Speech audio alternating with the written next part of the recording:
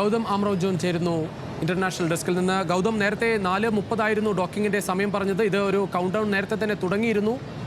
ഇത് 4:30 മുമ്പ് തന്നെ സംഭവിക്കുമോ? എന്താണ് നിലവിലെ സാഹചര്യം? സുജീഷ്, ഇപ്പോൾ നമുക്ക് ലഭിക്കുന്ന ഏറ്റവും പുതിയ വിവരങ്ങൾ പ്രകാരം അരമണിക്കൂർ മുൻപ് തന്നെ ഈ ഡോക്കിംഗ് നടപടികൾ ആരംഭിക്കുമെന്നാണ് മനസ്സിലാക്കാൻ സാധിക്കുന്നത്. ബഹിരാകാശ നിലയത്തിന്റെ 400 മീറ്റർ സമീപത്തേക്ക് ഈ ഡ്രാഗൺ ഫാൽക്കൺ 9 എത്തിയിട്ടുണ്ട് എന്നാണ് ഏറ്റവും ഒടുവിലായി നാസ തന്നെ പുറത്തുവിടുന്ന വിശദാംശങ്ങളിൽ നിന്ന് മനസ്സിലാക്കാൻ സാധിക്കുന്നത്. അതായത് പ്രതീക്ഷിച്ചതിന് 30 മിനിറ്റ് മുൻപ് തന്നെ ഡോക്കിംഗ് നടപടികൾ ആരംഭിക്കും.